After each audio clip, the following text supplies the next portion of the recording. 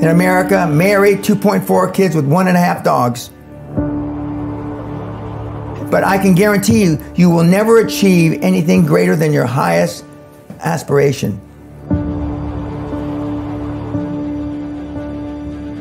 If you want $1 million, you'll make $1 million, not $1.5 million. If you want 10 million, 100 million, and you'll never exceed that.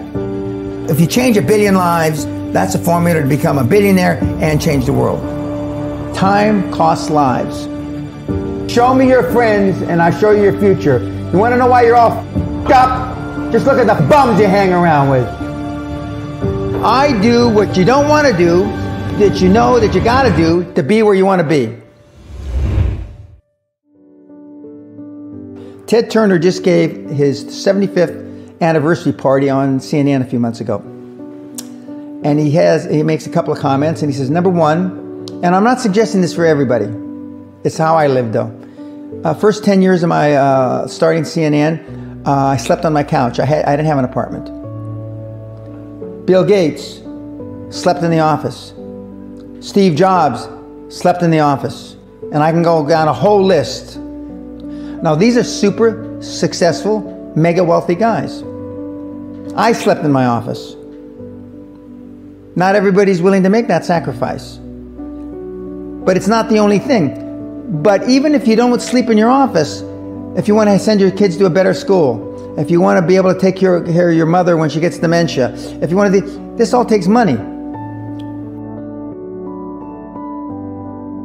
My children aren't getting any of my money when I die.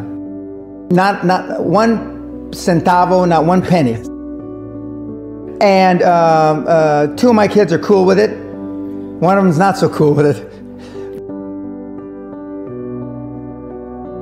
I'm not gonna, I think Andrew Carnegie, by the way, Andrew Carnegie, arguably the richest, most successful entrepreneur of all time, he said the best thing that you can have for a child is him to be born into poverty. And I agree.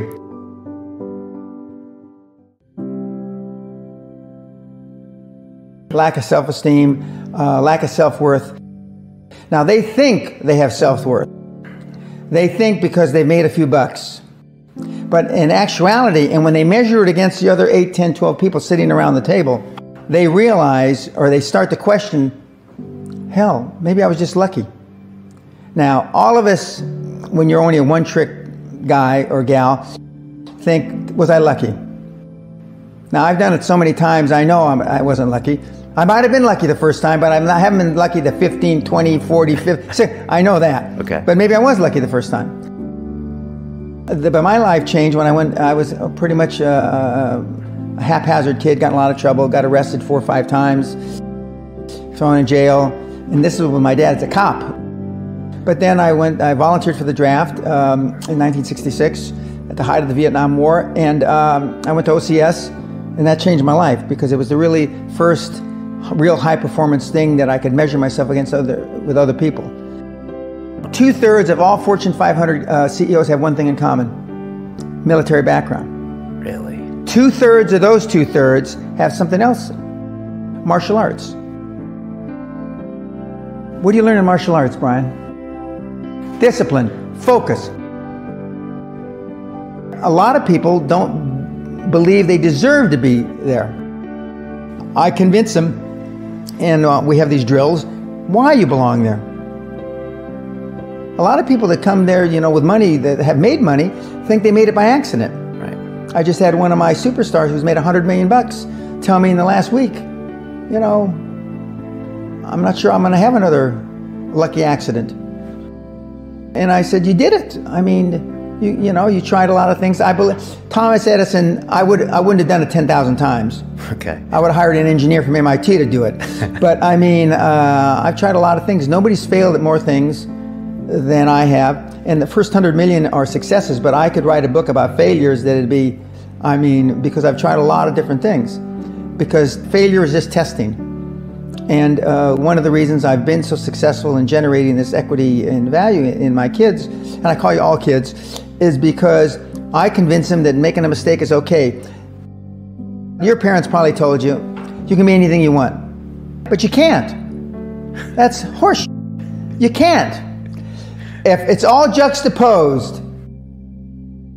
So, but what you tell them is that you can do anything you want that you have passion for, because that eliminates most of the crap. Because most people don't follow their dream. You know, like they say in The Sound of Music, you can't have a dream come true unless you have a dream. Now, I still dream. I dream in Technicolor. I say my affirmations and goals every single night. It's bloody hard to be a high-performance person. Perfection equals paralysis. If you left it to engineers, no car would ever come off the assembly line. No car would ever come off the assembly line. And I've been in business with enough engineers, I can attest to that with my hand on my heart. They'd still be trying to make it better. And the internet business is very much the same. The internet kids want to test and test and test, and they want the landing page to be this. Roll it out. The great thing about the internet is your results are instantaneous. If something that I'm overseeing at Concord level, 60,000 feet, doesn't work in 2 days, forget about it, move on. And today at our meeting, now the young kids are, we ran it 3 days, sir, and we closed it down. And they are thinking I'm going to ask why. I said, no, that's fine, next. Because without them making mistakes and without them being allowed to make the decision, they never get any better. And 95% of the time, I know probably better than they do. We're never going to be able to know everything or have them know everything unless they make some mistakes and get comfortable with making mistakes. What gets measured gets accomplished. Without measurement, you're just fooling yourself. Before I had any money, I used to go to the Rolls-Royce dealers and sit in the cars and smell the leather, touch the leather, okay? I went to $1 million houses, and my wife and I would walk through the house, and they'd say, when are your parents getting here, kids? No, we are the buyers. Practice within when you're without. Practice being successful. How many people listening to this today practice being successful today? Through affirmations, through going to the Rolls-Royce dealer, maybe Lamborghini, maybe something else. Right. In my particular case, it was Rolls-Royce. And within a year of me going to the Rolls-Royce dealer, I had a Rolls, okay? Within 19 months of me dreaming and adding it to my goals, a castle on an island, I owned Guthrie Castle. 19 months. Okay. Go to stores you can't afford. Go hire lawyers you can't afford. Lawyers will meet with anybody. Accountants will meet with anybody. Go to the big four accountants with a business idea. The first couple meetings are for free. Jettison probably a lot of the people you'll hang around with. If you have poor public speaking skills, join Toastmasters. Do these. If you went to a good school and you're not successful, go to the alumni deals. Okay?